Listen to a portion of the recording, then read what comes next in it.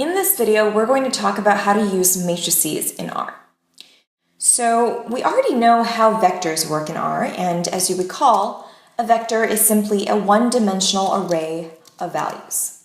So you can think of this as a one-dimensional array. We can also x square bracket 3 to access the third element of this vector. You can also use a square bracket notation if you wanted to override an existing element in your vector. So in this case, suppose I wanted to change the third element to something like 599, I could do this, right? And then when I look at x again, I can see that the third element is no longer 6, but 599. So all of these things are going to be things you might want to do when we expand to what we think of as a two-dimensional array, which is what matrices are.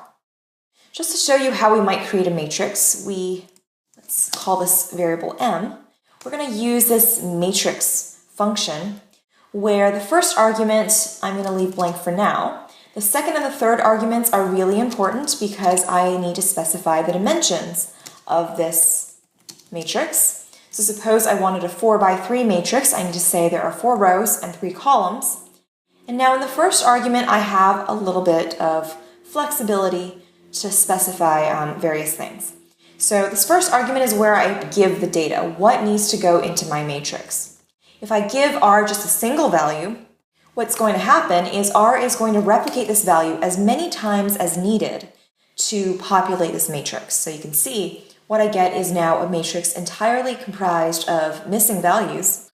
Another way of populating a matrix is to not use a single value, but to give it a sequence of values or a vector of values. So in my case, suppose I'd like to fill this up with numbers that go from 1 up to 12 in steps of 1. So I've now specified a vector in this first argument. Provided that this vector is of correct length, okay, meaning that it has as many entries as is needed to fill up this matrix, R will then go ahead and fill this matrix with the values that I specified. You'll note that there is one distinctive choice that R made, which is to fill this matrix one column at a time. It's going down the first column, 1, 2, 3, 4, then up to the second column, 5, 6, 7, 8, and so on. To access a particular element in this matrix, you can use the square bracket notation, but because we now have 2 dimensions to be concerned with, we can't just put in a single number. We have to give 2 separate numbers. So for example, 2, 3 will extract the entry that is in the second row and the third column of that second row. So what I'm expecting is to get this value 10. Suppose I wanted to now maybe get the entire second row, because I can do that. I still want to have a comma inside of my square brackets where nothing after the comma simply says I'm not really picky about what columns I want. However, I am indeed picky about what row I want, and that is going to be the second row. So when I run this, you can see that R has extracted the entire second row of this matrix for me. Similarly, if I wanted to get an entire column, say the entire third column, I can simply put in a comma with nothing before the comma, but the index of the column that I want after the comma, and what I get is the third column that you see here. Just like before, I can overwrite existing entries in my matrix very similarly as you would with a vector. Okay, so make sure you specify a row and a column for the thing you want to replace. Unless you want to replace, say, a whole row or a whole column, and then that's fine too, as long as you put in the right number of elements on the right-hand side. So in this case, what you'd expect is the 10 has now been replaced with a 599. Suppose you toss 2 dice and you were interested in looking at a distribution of the sum of the values on the 2 dice. So I'm going to create a matrix that is going to start out with all missing values, that is going to have 6 rows and 6 columns to begin with. And I'm now going to populate this matrix to contain the sum of the values on the 2 dice. So logically, what am I thinking about here? I think I probably want to consider every single cell, say for example this cell, it is at the intersection of the second row and the third column. And what I might want to think about is perhaps this first row number represents the value that I obtained on my first die, and perhaps the column number can represent the value that I obtained on my second die. So this intersection here could reasonably be where I store a 2 plus a 3 to contain the total that I get from the two dice. So the way to populate this most efficiently for me is to use a set of for loops. And these are actually nested for loops, and I'll show you why. So first I've got a for loop that might iterate over, say, one of these dimensions, and then I want a second for loop inside of that first one, which iterates over the second dimension. And then you can see in here I could do something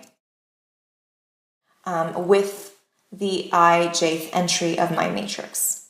So in particular, the operation that I want is very straightforward. It's actually just going to be I plus j. And so now if we run this, we can look at dice again. And you see now that indeed we have updated this matrix to contain the sums of the values given by the row number and the column number in each case. Now, there are other fun things we can do with this matrix as well, but maybe we should forget now that this matrix represents the results you might get from tossing two dice. So for example, if you wanted to sum up entire rows of your matrix, you can do this very easily by, say, using the sum function and wrapping this around whichever rows you're interested in summing. So suppose we're interested in summing rows 4 through 6, you could, and this 153 is exactly the sum of the values that you see in rows 4, 5, and 6. Now here's a little exercise you might think about. What if we wanted to sum up the values in the matrix where the row index times the column index is greater than 4? Well, we can create a counter first to hold this sum. So let's call this my sum, and we're going to start this at 0. And what we're going to now do is iterate over our matrix and check to see if each cell satisfies this particular condition. And if it does satisfy this condition, we're going to add the value in that cell to my sum. Otherwise, we are just going to proceed to the next cell. So I am going to show you that we start out just like before, creating a set of nested for loops. And now what I'm going to do is take my sum and think about adding my sum to something, like maybe the ijth entry in dice. But of course we don't want to do this all of the time. We want to do this only if the row index times the column index is greater than 4. So this is basically suggesting we use an if statement. So I'm going to say if, and inside of this if statement, inside of the parentheses, is where I want to give my condition. And this condition here is going to say if I times j is greater than 4, then what do? Then I actually want to proceed with making this summation happen. So I'm going to move this summation into the if statement. And notice I haven't specified what to do if this statement, this condition is false. If it's false, it simply just goes on to the next value of j and so on. So let's give this a go and see what happens.